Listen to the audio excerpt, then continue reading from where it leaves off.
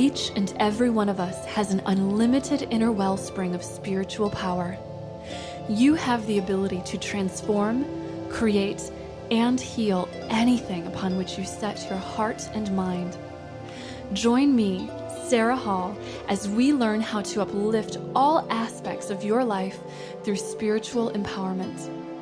Enjoy weekly guided meditations, spiritual discussions on a multitude of topics, and a chance to call in to receive channeled messages from the angels on your spiritual journey. I'm Sarah Hall, and this is Through the Eyes of the Angels.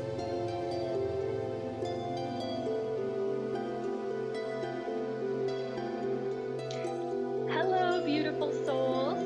Welcome to Through the Eyes of the Angels.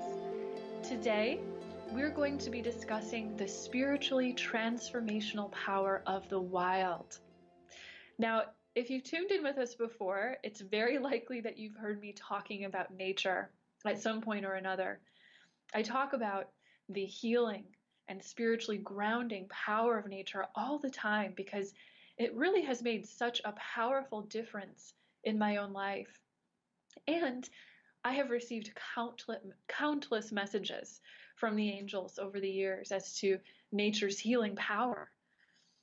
When we enter the wild, the part of nature that isn't groomed and manicured like the lawn or a garden, though we certainly love gardens too, when you really enter the wild, the untamed reaches of forest, desert, mountains, valleys, or oceans, we merge with something very special. We merge with the web of life. Everything in nature is moving within the same harmonious moving current. The Earth's flow is the same as the flow of the universe at large, with the unified breath of existence and with the consciousness that is God itself. So when we go into the wild, our own life force naturally begins to move in subtle ways with the current of God and the universe. Something very special happens to our consciousness. If you stay there in the wild long enough, your senses will begin to awaken. All of the untapped instinct, intuition, and awareness of the oneness of the flow of life will begin to stir within your psyche. Nature has had a very powerful role to play in shaping human evolution, including our spiritual consciousness and our concept of the soul itself.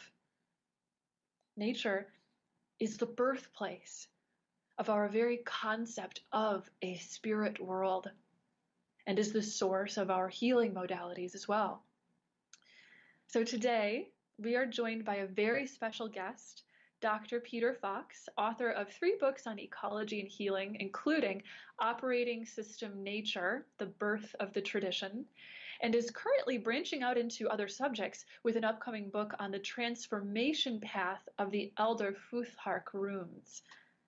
Dr. Peter J. Fox has been a tonal chiropractor for over a decade and sees chiropractic as a fundamental extension of traditional, ecologically based healing practices that have really existed as long as humanity has existed. All of his work and writings are inspired by his experiences in wild places observing nature. So I'm very excited to have him here today. So welcome to Through the Eyes of the Angels, Peter. Thank you so much for being here. Thank you for having me. It's a pleasure. Yay. So I love that nature has been such an inspiring force in your life's work. And I'm wondering, what does nature mean to you? I know it's had a very powerful role to play in my own spiritual practice and in my worldview. So as someone whose career is largely inspired by nature, like yourself, I'm wondering, what is your personal relationship with nature like? Have you had any maybe personal experiences with nature that you have found to be spiritually inspiring? Well, when you show me that question, the first thing that pops into my mind is I'm seeking out all those like peak pinnacle experiences that I've had in nature, and I want to share those with you. And then I think to myself, how did those happen? And The fact is that I had those peak experiences because I had spent the time in nature developing a deep connection with it through gaining knowledge and understanding of it, knowing its cycles, eating from it, literally being inside of nature, being in the ocean, going inside of lakes and creeks and rivers, climbing trees, like all of those things. They're important to develop that depth of connection that's necessary for you to have those peak experiences. And I think it's important not to make those peak experiences the end goal. It's those everyday experiences with nature that help you to develop that sense of spirituality from just everyday interaction. Yes. I love that you just mentioned about eating in the wild, because this is something that I've, for a long time, kind of had a little bit of a spiritual relationship with that idea of eating from nature. Once, as I was meditating in nature, I received a little message that said that when you eat something that comes from the wild, it in a way grounds you into the energy of nature more than just maybe eating something that was shipped from halfway across the world. It's as if a piece of your body is communing with the body of the earth. And I really love eating wild things when it's available, and of course when it's safe to eat them. So I was just wondering if you had that same thought, or what your thoughts were on that. So the thought that comes to mind with that is, not only do you have that sense of connection with nature, but you also develop a sense of responsibility for nature when you interact with it that way. Because when you eat say an acorn, for example, there's a whole process that's involved in safely processing acorns for food. But then you also start thinking to yourself about oak trees and about where acorns come from. And you have a sense of painful loss when you see a housing development take out an oak tree that you gathered your food from. It becomes, by eating from the natural world, it becomes a way for you to understand your place in the natural world and the level of responsibility that you have to protect it and be a steward of it. Wow, I love that. Yes, it's very true, and I think it's so healthy for us to form a bond, form a personal bond with nature, because it's what we are, it's what we came from, and it's so key in our healing. So, speaking of healing and healing practices, which that's what your life is all about, your book Operating System Nature is all about ecology and humanity's relationship with nature over time, and how this has related to our healing system. So I'm wondering, what particularly inspired you to write your book Operating System Nature, and what generally, if you don't mind me asking for all of us listening, is the book about, basically? Okay, well, when I think back to the reasons why I started to write this book, and it was a long process. It was a 7-year process to birth this book. And my background, as I was preparing for this interview, the thoughts that kept coming to my mind were the words narrative and meaning. And humans they're meaning-driven beings. If there's not a meaning behind something that we're doing, then it becomes soul-crushing for us. We have to have that sense of that what we're doing is important, that it matters. And surrounding that sense of meaning is a narrative. So we all have a story that kind of about our life, about the way that things should be, about the way that the world works. And when I first entered chiropractic college, I had read the books by the founders of chiropractic. They were written in the late 1800s and the early 1900s. And the meaning and the narrative surrounding those books was a very pioneering narrative, one where it was about the role of mankind within nature, the harmonious flow of energy through the human being in a way that would establish health. And so that was the narrative of chiropractic in that time. And so I was so pumped that I was going to go to chiropractic college, and I was going to learn all about this, and I was going to have all the knowledge about all the science, everything, all that understanding. And then I got there, and I realized that the narrative and the meaning had transformed itself within chiropractic over the last 100 years. And at a certain point in time, the narrative became more focused on inclusion into the standardized healthcare within, so like insurance, just basic maintenance of our ability to survive as practitioners, because there was a concerted attempt by the American Medical Association to contain and eliminate the chiropractic profession. Wow. That was actually, there was a court case called Wilk versus the AMA. If anybody wants to look that up, it's a fascinating history. But I got into chiropractic in the aftermath of that. And so the education was more about being like a mainstream spinal practitioner.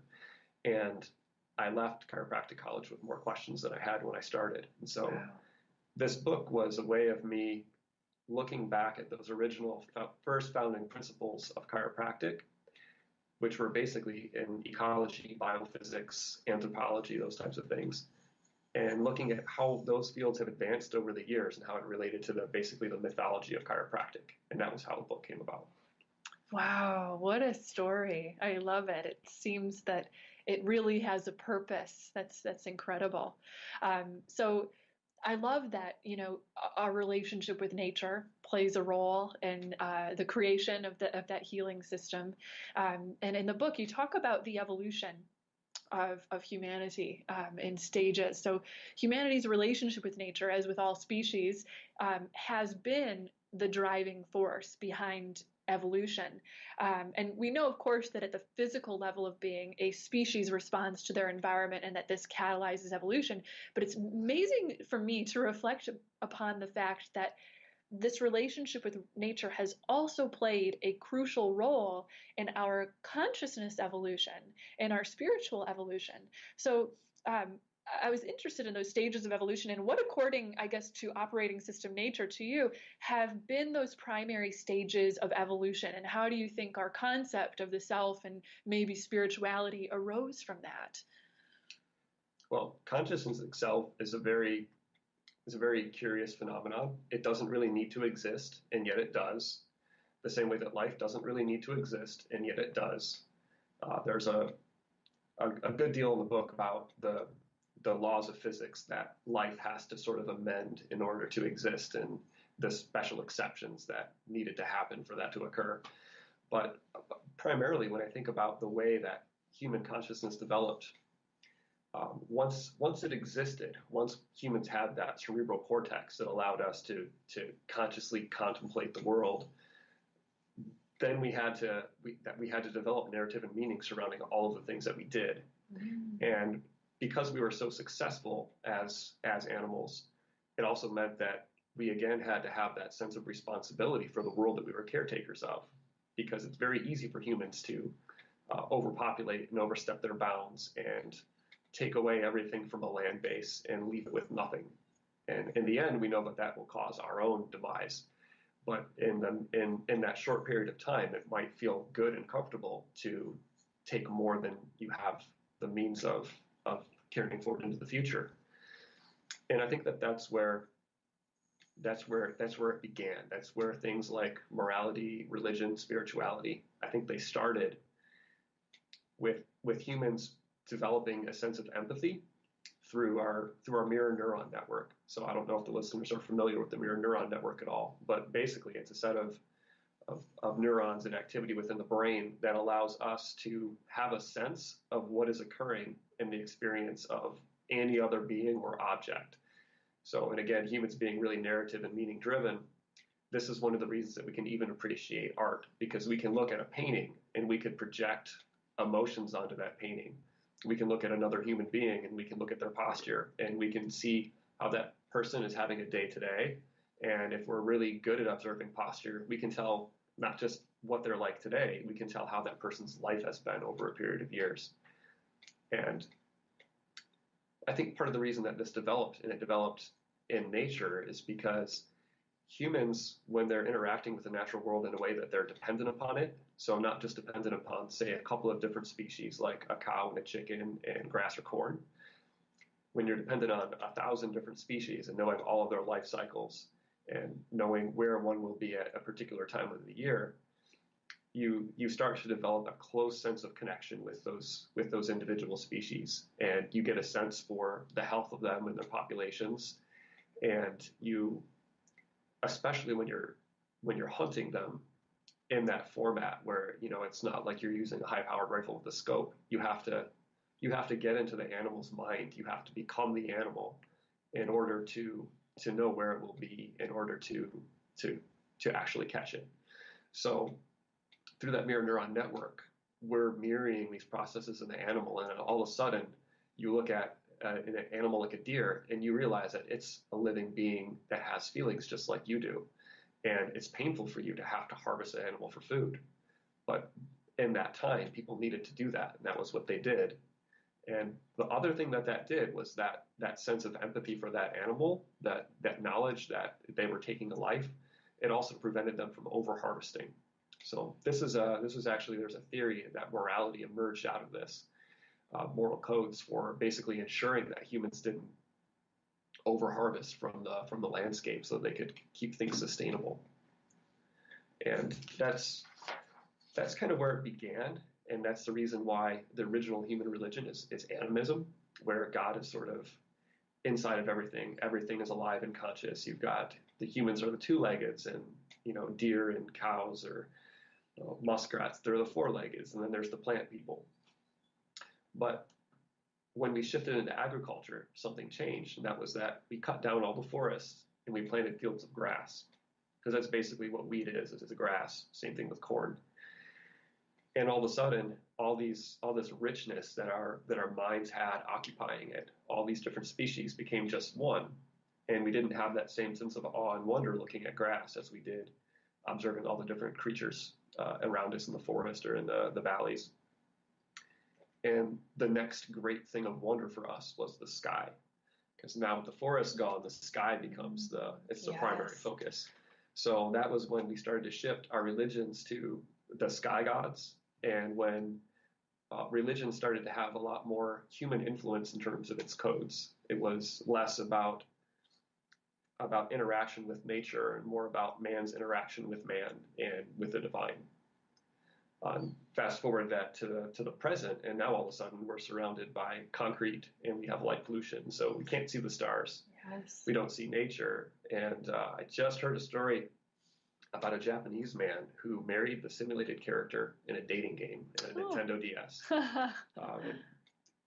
So this guy, I think when I heard the story, I heard that he had spent $20,000 on this wedding, and there were 40 people who attended it. And it's to a video game character, but to him, it's a real relationship. Yes. To him, he loves this video game character, and because it's a simulated, it will do things like it will tell him when it's time to wake up in the morning. It'll tell him it's time to go to bed at night. It'll tell him it's time to eat lunch. And that's a rich interaction for him. Right. That is his source of deep connection. And I just wonder to myself what the next generation of humans going forward 200 years from now, if we eliminate wild spaces and experience in the wild, what that will be like. And for us as a species, like what will our next moral code be when our deep connection is to machines? Yes, my goodness. So in the modern world, as you discuss it, do you believe there still exists, an importance in people having a relationship with the wild, or maybe even with ancient healing systems? I believe that it is absolutely critical for a couple of reasons. One is that modern medicine, it's very adversarial. So in traditional healing systems, they're not attempting to cure, they're attempting to heal. They're relationship based. So for instance, in traditional Chinese medicine, or even in ancient Greek medicine, you're balancing the humors. You might say this person has too much of this type of bile or too much of this other type of fluid, and you'd attempt to balance things into a harmony. And with modern chemical-based medicine, you're analyzing numbers, and then you're using your intellect to say, this number is not where it needs to be. The number becomes an adversary. And then you'll use whatever tool you have to get that number to shift. And if that shifts another number to a wrong direction, then you'll say, oh, well, that's a problem. Now I need to use another type of chemical to shift that number back into the right place. And so as long as the numbers are all in the right place, then the medicine's considered successful and the patient's considered cured. But that doesn't necessarily mean that their relationship to whatever it was that caused that to be wrong in the first place has been healed. Yes. So it's in traditional healing, the patient can die but still be healed. Whereas with curing, like eventually, curing is a losing game because eventually someone will die. Maybe Yes. we will all pass away. It's like the great taboo of our culture, but it's true. Mm-hmm. And that's, to me, that's one of the things that's so important about natural healing systems is maintaining that sense of a harmonious relationship with the natural world that allows us to have health and healing within our lives and a way that doesn't consider nature to be an enemy. Yes. I think it's important that we have access to both. I mean, I'm okay with the idea of cures. Right. At certain times. Sometimes they're necessary, especially in a world like we live in today where we have challenges that we didn't in the past. Right. But always making sure that we have that understanding of the difference between healing and curing and the importance of having that relationship with a healing art. That's critical. Yes. So it is important for us, I believe, in the modern world to have a relationship with nature and with the wild. I think that that's a beautiful thing to be able to look to it in a way that helps to inform our health and our wellness. And, to that point, I think it helps our emotional wellness. I think it helps our spiritual wellness to connect with it. So I wanted to ask you out of curiosity, what relationship do the healing arts have to our relationship with nature? Or maybe how did our healing arts derive, we'll say, from nature? And is there maybe a spiritual aspect to that in your opinion? So it's an interesting thing when you look at what I would call a traditional healing art. All of them have a certain set of principles in common. Things like there's a flow of energy, and you could call that energy whatever you want to call it. It could be like just a biophysical energy, electrons, or it could be like an etheric energy. It could be a spiritual energy. But regardless, whatever the healing tradition is, that has it. And then there is some sort of cause for a blockage in the flow or harmony of that information. And the purpose of the healing intervention is to remove that blockage. So in the oldest healing arts, the ones performed by hunter-gatherers, they perceived reality. Their narrative surrounding reality was that the dream world or the dream time was as or more real as waking reality. Yes. So there's this kind of sense of you as the shaman would travel into the dream time or to the spirit world where you would affect a change that would have an outcome in the physical world. So the spiritual was considered the prime level of reality. And it was a place that we came from and a place that we would return back to. And this was just an experience outside of what the whole of existence was, the brief moment in time. Yes. But in other healing arts, so that was in the time of animism, when nature was infused by the divine. Then all of a sudden, when God went into the sky, we looked at things like the sun and saw the sun as a source of divine energy. Mm-hmm. And so that was like agricultural systems. Like in India, it's about the flow of prana. In China, it's about the flow of qi. Mm-hmm. So those are energetically sort of based systems, and they focus on the energetic level of reality. It's about a dynamic flow and harmony. And then in the modern world, we've kind of become more physically dominant in the way that we see the world. It's very mechanical. So chiropractic being the most modern sort of iteration of the tradition, it was intended to be a branch of those healing traditions that would bridge across all three and be inclusive of all three. But because it developed in such a physical-based culture, it ended up becoming the narrative surrounding it became very physical. So it became about bones being out of place, pitching on nerves. And, that idea was supposed to be that there was the energy flowing through the nerve, and that was part of the energetic reality. And then there was a disconnection from source that was part of the spiritual reality. And then obviously moving the bone was a physical intervention, but it was intended to bridge all three. And even in the other healing arts, like the spiritual healing arts, they still have physical interventions. Mm-hmm. The Maori in New Zealand, I write about them in the book. They would consider something to be. They had things they called them cellular memories. There was like a spot in the body where there'd be a rock in the river of the flow of life energy, and it would be a cellular memory that could be from ancestors past. and Yes. addressing that physically through massage, but at the same time using prayers or chants. It was like all the modalities kind of all mixed together into one, but they saw the prayers and the chants as part of that primary intervention for helping the person to heal. Oh, absolutely. And it's amazing that you describe it that way. I found that in my own work, in doing healing with the angels, that they seem to teach that constantly, that we want to look at approaching healing from all three angles. We want to look at the spirit, we want to look at the mind, we want to look at the body. And if you can approach your healing from all three angles at once, you probably have a very powerful approach to it and a very deep understanding of yourself on that journey, I would imagine as well.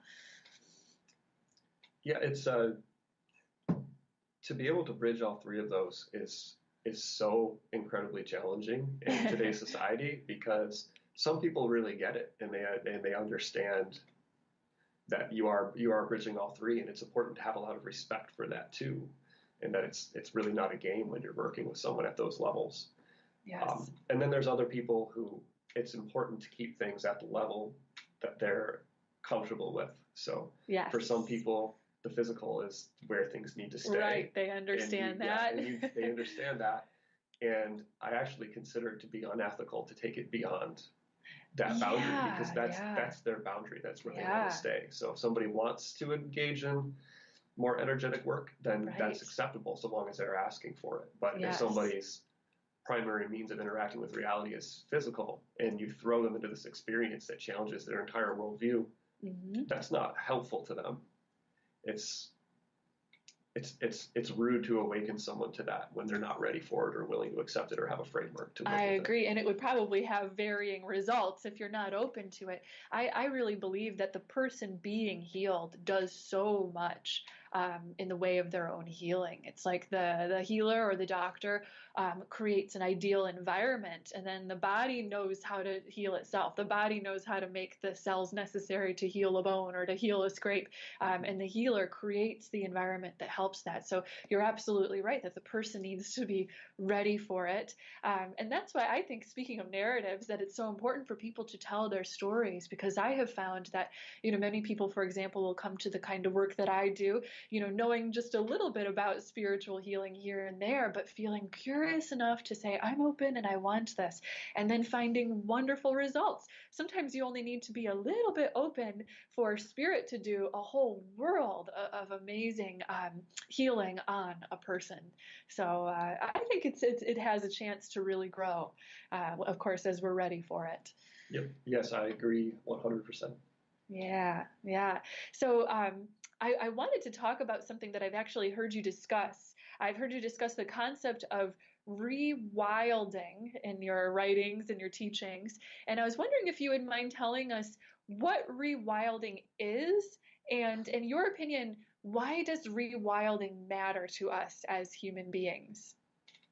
Okay, well, to start off with, I didn't invent the term rewilding, and depending upon who you ask, you'll get different definitions for it. So I'm just going to give you my definition. Okay. I don't want to step anybody's toes here if there's any rewilders listening to this, because people can get really touchy about definitions for things. But to me, rewilding is the recognition that humanity is on an unsustainable trajectory, and the actions around, and rewilding is the actions around finding a sustainable way forward through reconnecting with the biosphere that sustains us. So it's this kind of we understand that things are not sustainable moving forward. Like, everybody knows that. We either hope that technology will save us, or we expect that there's going to be some sort of huge collapse, like, the zombie apocalypse is going to come, and we're all going to have to try to find a way to survive that. And I don't know what the answer to that is. I don't know if it's going to be a mixture of a collapse coupled with technology that saves us. Maybe we will find technology that saves us. But regardless of the answer to that, even if technology is what saves us, we have to find a way to carry forward within that technology those things that support the satisfaction, I guess you could say, of the human genome. Modern life can be extremely depressing and disconnecting to people. Mental health is the biggest crisis. Yes. It's the biggest health Absolutely. problem in the world right now as we speak. Like mental health is the number one concern. And if we move forward with technology, like all the other problems that are being solved, we have so many solutions to, like, life is way better for so many more people than it has ever been in the past in terms of availability of resources, of comfort. But still, without that nature connection, life is just misery. Like we Yes. need that connection with nature to be healthy as human beings, to understand how to develop empathy, to interact with other human beings. Like human beings are nature. We're part of the natural world. Yes. So, for me, rewilding, like I know that's kind of a very etheric definition of it, and on a more practical matter, Mm-hmm. for me that means that I go out into the forest as often as I can to get my own food and medicine. Mm-hmm. I harvest medicinal mushrooms. I make tinctures from them. I take those regularly. I go out and I find as much staple foods as I can. So there's a difference between just going out and harvesting the occasional berries and snacking on them. Yes. And this fall I went out with a couple of friends to harvest wild rice on a lake in Michigan. And I brought home about 12 pounds of rice. I riced for about probably 6 or 7 hours. But there were other people there who went home with 300 pounds of rice to last them for the entire year. Amazing. So, I mean, those are people who, for them, like the grocery store is optional. Yeah. That's not their only source of food. There's other things too, like acorns. You can process those into a delicious flour that's a staple food. Yes. You can harvest butternuts to make nut oils. There's all different types of things you can do to get the vast majority of your calories from wild food. And when you do that, something about you as an individual changes. You develop a certain kind of confidence. It's hard to explain it, but it's this sense of knowing that you belong here on planet Earth and that you're not an invader. You're not an invasive species. You're a part of it. You function with nature when you interact with it. Like you can actually take human, plug into nature, and it's okay. It works. Yes. To me, that's rewilding. Oh, amazing. That's such a beautiful, beautiful description of it. And I agree, it is so important. And I especially really loved what you said about, there being a lot of mental health things, kind of rising. And sometimes what I like to call it as I work with the angels is sort of like spiritual hunger that seems to exist sometimes in our hearts and that kind of thing. And in the way that I see it, as the angels have, taught me repeatedly over time and have taught so many people that I've read for with the angels, go out in nature. That will reconnect you with the oneness. There's a sense of when you go into nature, it's the real reality. There's something about it that just immerses you in oneness with everything, whether it's with the ecology around you, with the species that you are connected with humanity, with God itself. You are connected through nature. Whereas I've kind of pondered it myself, and I've thought of when we go into let's say the buildings and the cities and the homes that we create the perfect thing for this part of our psychology to kind of play around in. It's this perfect thing for, I'll say maybe like the ego part of us that wants to be a little bit separate, that wants to have all these comforts and that kind of thing. And that there's nothing wrong, with exploring that, and that the fact that humanity has evolved in such a way where we have these things and this is our way of life. It's just that to me, there's aspects of it that promote a feeling of separation. Technology, being on the internet, being on your phone, it promotes a less connection and interaction among human beings, let alone among other species, among the trees and the waters and these kinds of things. So it's for our health, I believe, on all levels to reconnect with the wild. Yeah, it's us taking ourselves out of the box and into the sphere. When we go and we interact with nature, we feel oneness with it because we are one with it. Yes. We can pretend that we're not. Humans, a lot of this kind of goes back to this idea of the great chain of being, where you have, there's God and the angels, and then there is human beings, and then below that, and it's depending upon which great chain of being you go with, there are like the noble beasts, and then there's like the beasts of burden, and then there's like the worms and all of that, and then there's dirt, and it's and even among humans, within the great chain of being, if you look at it, the one that developed in Europe, there was the king, who he was semi-divine, and then below the king was there's like the royals, the other nobles, etc., and then on down to where you have the peasants and the serfs, and all of that whole chain, each one of those is a layer of separation and distance from from above and below it. And our culture, whether that was right or not, has carried forward with that separation between nature and man, between men and other men, between the different classes of them, the different professions of them. And it allows us to pretend that we're not a part of the natural world, that we don't belong in its cycles. But once we step into that, we understand that we're all just a part of it. And it can be really, really humbling, because you have this recognition of how small you are, and sometimes also how the things that you've done haven't necessarily been helpful to it, how you've harmed the world. And that can be really painful for someone to jump into right away and have that depth of pain experience. And sometimes before people have learned how to accept and heal that wound, you can go into nature and you can project that narrative and that meaning onto a natural landscape. So, for example, I went to Brazil about 3 or 4 years ago, and I went and I visited it was like a camp in the temperate rainforest. There was there were some natives. They were dressed up in their like traditional clothing, even though they had regular city clothes too. They just had dressed up like that. And there was an interpreter, and there was the native, and he was telling the story about how. And it was interesting because the native was telling the story in Portuguese, and the translator was translating it into English for us. But my girlfriend at the time, she knew some Portuguese, and so she was listening to the story, and I would hear this native say all this stuff, and I could pick up a little bit of it too because I know a little bit of Portuguese. And I realized that he was telling this horrendous story about the time where just hundreds of thousands of natives came to fight the Spanish, and about how the bodies lined the beach for miles. And the interpreter was just talking about how there was a clash between the Spanish and the Indians, and now life is better. And despite all of that happening there, the landscape was so intact that at night, and this is me talking about like a pinnacle sort of spiritual experience in nature, but I just had this sense that there were all these little sort of creatures, and it's just so weird for me to say this because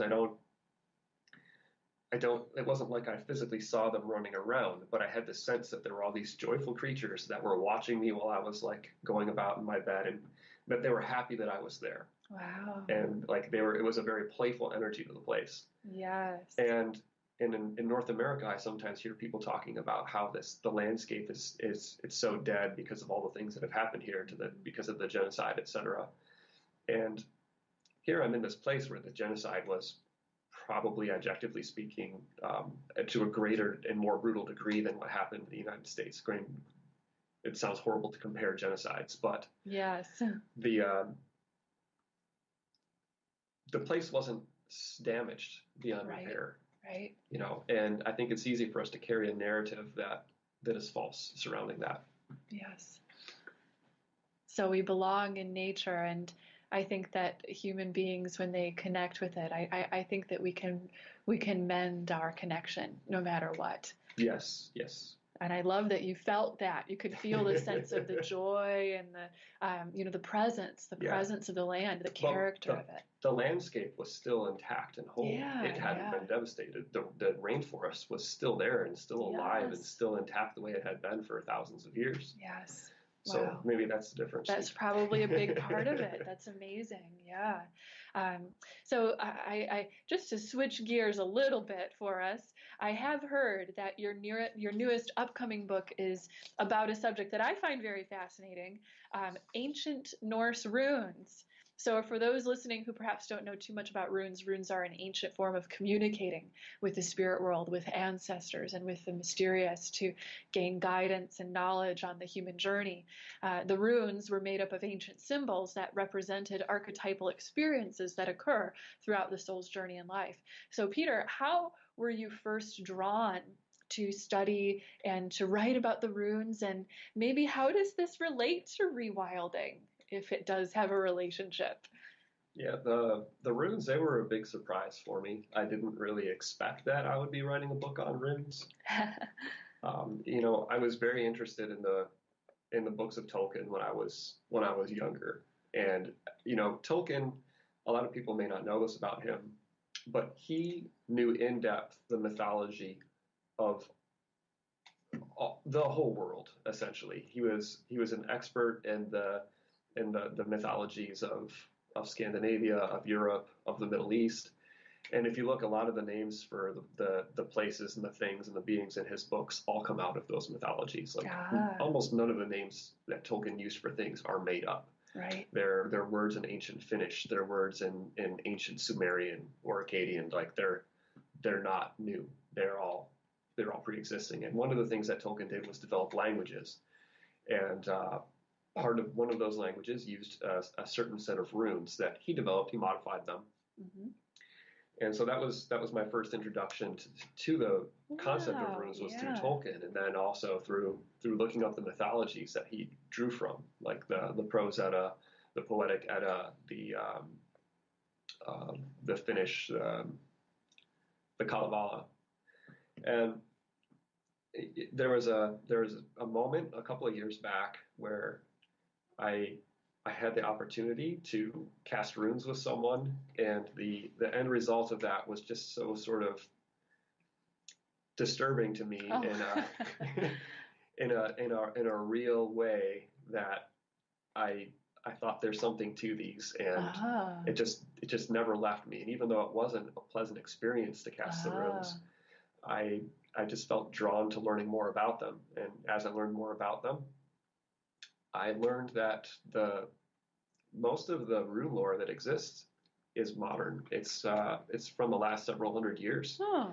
There's very little that is actually written about the runes in Old Norse. And so I wondered, so these symbols, they've probably been in existence.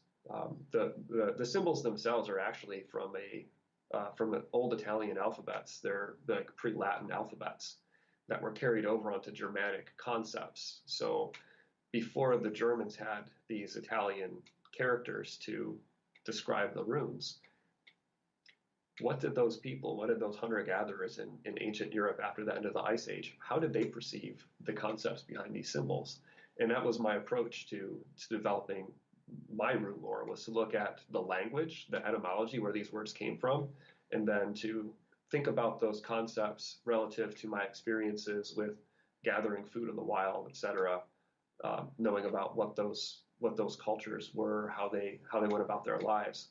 How would that change what the rune lore was? And so that was how I got the idea that I needed to write this book. Wow. We're looking forward to that. That's going to be so interesting. And maybe we'll have you back for another conversation when it's time to talk about all of that stuff in a greater depth. That sounds just amazing. And it's wonderful to have a connection to these ancient modes of communicating with spirit and with the deep self, or with the oversoul, we could call it, which is, I think, just as important a connection to preserve as our relationship with nature itself, for so many reasons. So now is the time for our meditation. So if those of you who are listening are in the right environment to meditate with us, go right ahead and get nice and comfortable and relax. And we'll be right back after a couple of messages. Hi, Sarah Hall here. I'm offering you a wonderful new opportunity to expose your business to my audience. Email the Bring Me to Life team at ads@sarahhall.com. and let us know if you'd be interested in this special offer. You can feel great about supporting a message you believe in while bringing your own services to light. Again, email us at ads@sarahhall.com for more details.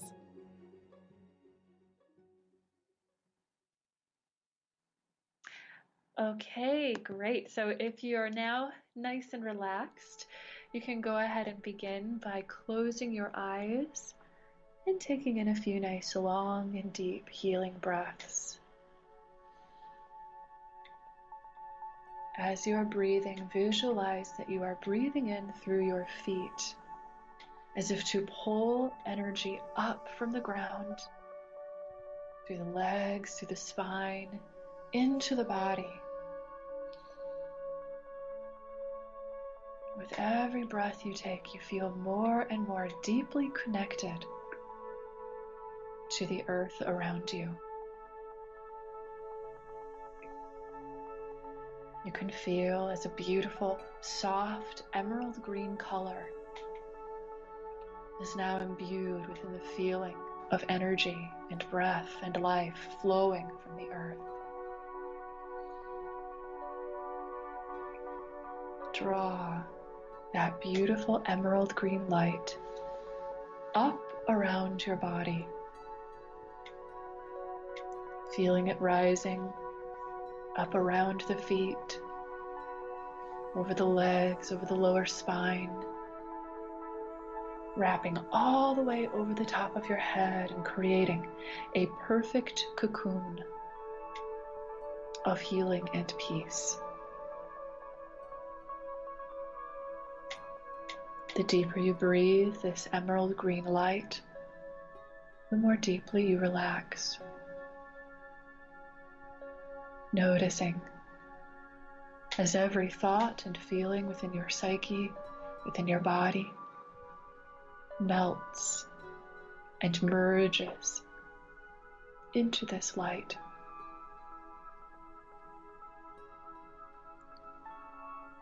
Archangel Arielle is standing before you. Visualize that she is placing her hand out to you now, beckoning you to take her hand and follow her.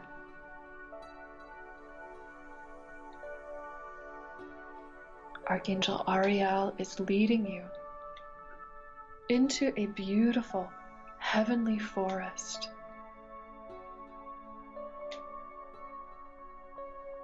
As you walk forth, you can hear the sounds of life. You can feel the warmth of the sun. You can smell the earth and the green plants. Arielle leads you to a great ancient tree in the center of the forest. She invites you to sit at the base of this tree, breathing as your root chakra roots into the earth, breathing into the root system of the tree itself, as if to merge with it. Every chakra along your spine begins to merge with the trunk of the tree, feeling the low back and the belly merging with the trunk of the tree, breathing life in through the soil, feeling as the heart fills with breath and life and the presence of Mother Nature herself. The throat chakra opens, the third eye and the crown chakra, each reaching upwards with beams of light as you merge with the branches of the tree, gathering in sunlight, starlight, gathering in moonlight. Breathe deeply, feeling as all of these cosmic forces merge in the center of your being now.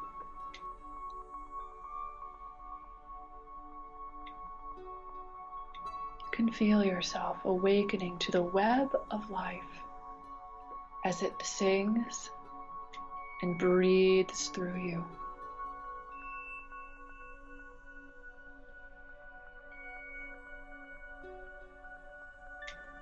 And in this state of unity, a beautiful doorway now opens within your heart.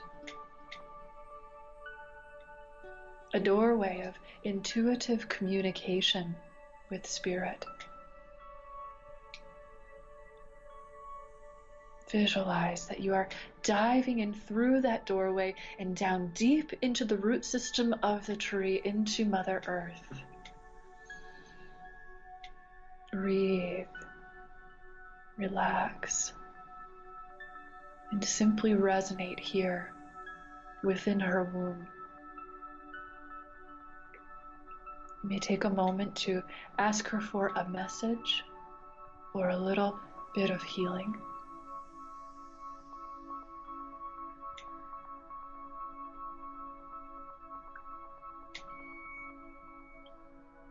And simply breathe and give yourself permission to receive.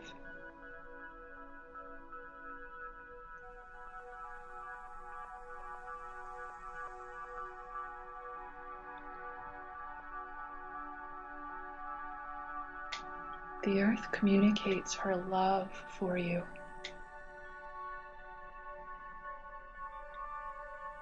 Breathe and allow as the tendrils of her presence wrap around you in many, many layers, grounding your presence within her frequencies, absorbing the infinite power of rejuvenation and healing that is held within her intelligence.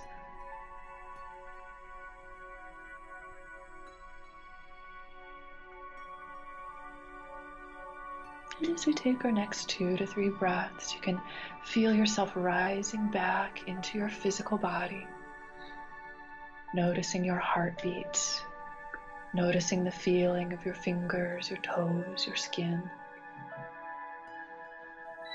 And as we return, you can perhaps place your hand over your heart and absorb the following words from the poet Emily Dickinson, like a little prayer for unity with Mother Earth to bless your dear heart. Nature is what we see. The hill, the afternoon, squirrel, eclipse, the bumblebee. Nay, nature is heaven. Nature is what we hear. The bobolink, the sea, thunder, the cricket. Nay, nature is harmony. Nature is what we know, yet have no art to say. So impotent our wisdom is to her simplicity.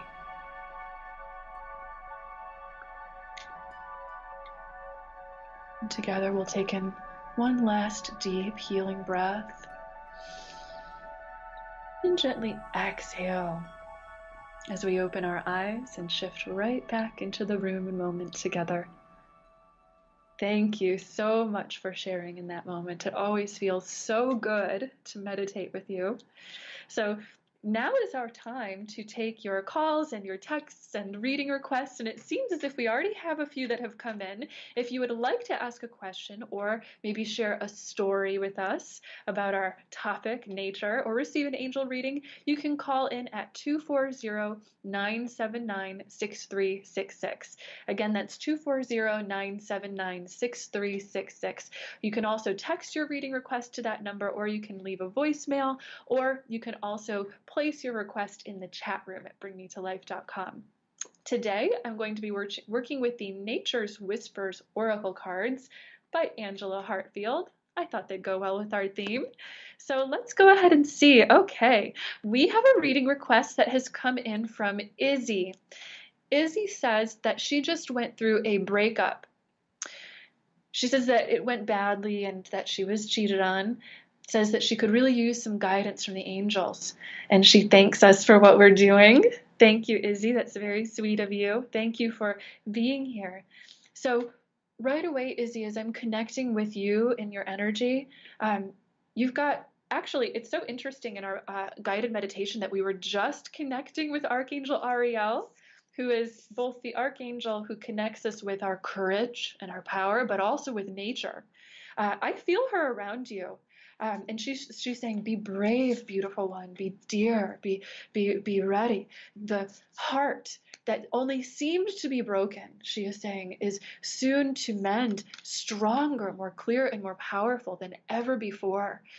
In fact, it's quite amazing because she's showing us that this particular experience with this relationship, it almost feels as if it's some kind of experience that your soul sort of signed up for. I'm getting a sense of the person involved in this relationship and almost a sense that the two of you had a soul contract that said, well, we will connect and then we will experience a great lesson together that will shape us forever after.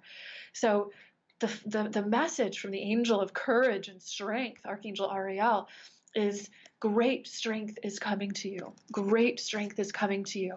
And give it a little bit of time because they're actually showing us on your energy body. I'm looking at it and I'm seeing each one of your chakras where there once was a pathway of energetic connection between you and your ex-partner. And the feeling that we get when we have a breakup is that there is a severing of all of those ties at every level of being. So what happens with that, the angels are showing us, is that it can take a little bit of time for us to feel a sense of normalcy again. So what the angels want you to know is that there is good coming. And just to give you a little piece of guidance from our Nature's Whisper cards, you've got the Infinite Blessings card, which represents that there are incredible infinite opportunities for love on the way. Infinite blessings. So know that there are so many more opportunities out there in the world and there are more things coming to you. The second card is empowerment. And the empowerment card is, I just think it's such a synchronicity. I almost got chills as I turned it over because that's literally what Arielle is just telling us, that this theme is here in your life because it's all about empowerment. It's about your wisdom expanding, the depth of your strength growing stronger. And certainly this experience feels as if it's raising your standards to an extent that your own self-love deepens. And when your self-love deepens, your capacity to find love in a relationship will also deepen. So your final card is the Be Spontaneous card. And this is a card that just represents that going into the future.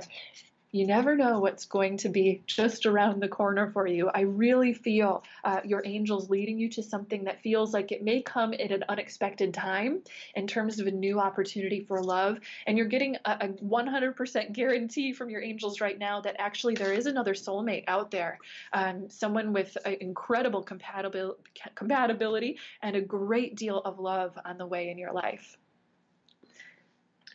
And I actually have a rune that came to mind for this, and the rune is the rune Yera, which is the rune for the annual cycle. And the rune Yera comes right before the middle point in the runes, which is a point of transition. So take with that what you will. Wonderful. I think that is just amazing, amazing. So yeah, that goes perfectly well. It's a time of transition, and the times of transition, gosh, I find are sometimes the most uncomfortable times of life, but they're the most empowering too. So let's go ahead and see. It looks like we're getting a few more requests coming in. Okay, we have a caller on. Beth is on the line. Hello, Beth. Thank you for calling us in. Where are you calling us from today? Hi, Sarah. I'm calling from Colorado, Southwest Colorado. Thank you so much for taking my call. Thank you. Thank you. So hold on just one second. I had just a little issue with technical stuff here for a moment. I need to connect one little thing so I can hear you a little bit better. There we go. I took you off speakerphone, so it should be a little more clear. Oh, good. Can you hear me any I just better? switched something too, so that's better. I wanted to make sure I hear every word. It was a little quiet before. Oh, thank you so much. Yes. So do you have a little question or request for the angels? Yeah. So I'd love a general reading, but I've been getting a lot of messages from the universe that I need to clear out something in my being and my life to make space for the new. And I've really been sitting with this and meditating on it. And I have some hunches, but I wonder if the angels have any other thoughts on helping me identify what it is I need to let go of to make space for the new. So general reading and anything that they may have to say about that. Yes, wow, that's incredible. So it's interesting right now for you, Beth. I actually feel Archangel Gabriel playing a really strong role in guiding your life, the angel of communication. And I'm seeing her pointing to your throat chakra, to your voice, and saying, use your voice, raise your voice into the world, and let your truth ring. So what we feel as far as getting rid of things, purging out the past, getting rid of limitations, is that we want to release anything that in the past maybe created let's say, like a sense of restriction around how you might be able to grow or express yourself in the world. Particularly, they're showing us that relationship dynamics look like one very good area just to evaluate and to kind of look at, as well as they're also pointing to the lifestyle. They're saying simple, everyday little lifestyle things as we shift the way that your time and the energy in your body is used throughout the day. We get this big, fresh sense of rejuvenated energy coming through. In fact, I just pulled a card for this, and it's the breakthrough card as a result of making these little changes. Again, as a result of evaluating and shifting relationships and evaluating and shifting use of time and energy levels throughout the day. Your connections with people are important, they're adding, because you're a nurturer. I actually feel very, very empathic, intelligent, strong, wise energy coming through you. So we want you to be relating with people in the world in a way that makes you feel really good, in a way that makes you feel, empowered and not, again, limited, or as if your talents are going by the wayside because you're wasting time doing things that you don't like. So, yes. And I will just give you there's one other little card that popped up that I pulled here that looks so relevant to this. It's the Fresh Approach card. The fresh approach. So this card is a card of new beginnings. It's a card that's saying that we need a brand new perspective, a brand new approach to life itself. And I keep feeling the angels pointing back to your body again, and they're showing us something in terms of a fresh approach in the way that you treat your body, whether it's something new with food, with body movement, with self-care. That seems to be just so instrumental in what will supply and feed very, very powerful shifts in your life that actually the angels are saying will lead to a shift in your life purpose. Again, for you, it's all about connecting with people and the powerful impact that you could have in connecting with people. So we want to free your time and your energy levels in the way that you feel so that you're at your optimal level to do so, it seems. Wow. Well, a lot of that definitely resonates with the messages I've been getting from oracle cards and an energy worker I've been working with. So I really appreciate that. It's really helpful, Sarah. I love your work. I really, really appreciate your work. Thank you. You're so sweet. Thank you so much. Well, thank you so much for calling in, and keep calling on Gabriel and the rest of your angels, because I do feel that, again, you'll take baby steps throughout making little transitions, but you're on the cusp of what feels like a shift towards some good life purpose things. Wonderful. Thank you, Sarah. Take care. Have a good day. Thank you. You too. Bye-bye. Okay. Bye. All right, so let's go ahead and see. It looks like we'll have time to take just one more reading request, and we have quite a few on here. So, angels, where do you want us to go? Okay, let's go to Persis. Persis is saying, I want to ask Sarah that my and any of my partner's family is very unaware of our union. Oh, okay. She's saying that her partner's family knows more, that they're interested in one another and that they want to be together. However, their side is much more open. They're more open-minded, more maybe accepting of the relationship than her family is. So she's asking, will my family heal on an emotional, spiritual, mental level when we do come together and confess their love to them? Both sides respect the family a lot, which is good. That's good, sweetheart. And she's just saying that they're worried, will the family accept it? Okay, well, let's go ahead and find out. I'm going to pull some cards for you. And you have Archangel Raphael with you right now. I feel Archangel Raphael here. This is the healing healing angel who tends to like to dabble in love and romance quite a bit, I've noticed. So call on Archangel Raphael to help bring balance into the relationship that you have with your family. I'm getting this very strong feeling of truth coming forward. It almost feels like my heart is leaping out of my chest saying, live your truth, resonate your truth, be you. It's a little bit of a theme that we have going on here with our callers today. We've got this sense of truth coming in. So live your truth. It feels as if you will be ready soon. And remember that no matter what your family says, the angels are reminding us that it looks as if they love you, even if their approach is maybe a little bit more controlling or a little bit more, let's say, old-fashioned thinking. There is this powerful sense of, well, eventually when we can see that you are happy, we accept things and we allow things to be. So your card, oh my gosh, it's so perfect. It's the Be Your Best Self Always card. And it was almost as if when I was reading those words that I heard the be yourself part of it, the loudest and the clearest. So yes, be your true self, resonate your truth in the world, shine your light. Again, as you are just unapologetically you, not worrying about needing to please other people, but certainly living with respect and compassion for what other people see and believe. This creates an optimal scenario. And the angels are reminding you to remember that compassion, true compassion, must start with self-compassion first. So when you are compassionate with yourself, when you're kind to yourself by living your truth, by not needing to hide things and that sort of thing, by living out in the world, then this creates what you want. This creates a beautiful sense of resolution for everyone involved, even if they don't realize it in the beginning. So the second card is the culmination of vision card. And this card represents that as a result of continuing to live your truth, speaking your truth, and living as you want to, there is a transformation that occurs. There is a sense of a culminating point where all of the different people's hearts and perspectives that are involved get to shift to a state where they see you. And again, even if their opinions aren't perfect at first, even if they're trying to implement their opinion or their control in some sort of way or another, there is a powerful sense of transformation that comes from this. And in fact, gosh, Persis, I wish I could show you this oracle card because it has pictures of butterflies all over it, which is the universal symbol of transformation. So that's the angels giving you a big yes with regard to, yes, your family's perception will eventually in time start to shift. There will be healing, there will be growth, there will be openness. You'll just have to be really patient with it, sweetheart.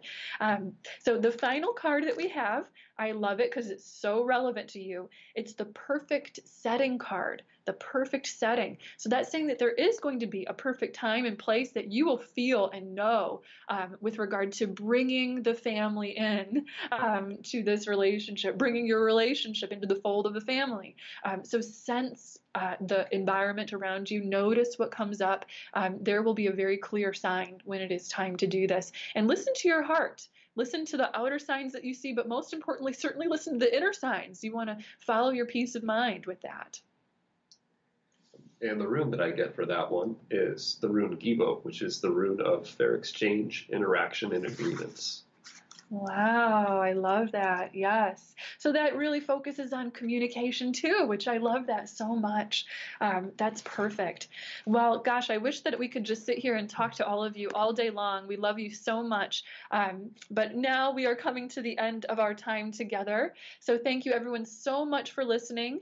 And I would like to thank Dr. Peter Fox so much for being with us today. And if you'd like to learn more about him, you can visit his website, thewildcairo.com, or search for his books on Amazon. Thank you so much for having me. Yes. And remember, of course, that I will be live every month on the Bring Me to Life Network, bringing you spiritual discussions and angel messages. You can mark your calendar for Thursday, December 20th at 12:30 p.m. Eastern for our next live episode in celebration of the winter solstice. If you liked this podcast today, you can listen in again or share with a friend via YouTube, Spotify, iTunes, iHeartRadio, Spreaker, or Stitcher. I will be posting the YouTube and Spreaker links for this podcast on my social media pages later, so definitely keep in touch with me on Facebook, Twitter, Instagram, and YouTube. If you'd like to connect with me for a private reading or a healing session, you can visit my website at sarahhall.com. That's sarahhall.com. Follow the Bring Me to Life tribe for more inspiring radio, music, music, and so much more. And thank you again for your beautiful presence today. All of my love to you. Bye. Hi, Sarah Hall here. I'm offering you a wonderful new opportunity to expose your business to my audience. Email the Bring Me to Life team at ads@sarahhall.com and let us know if you'd be interested in this special offer.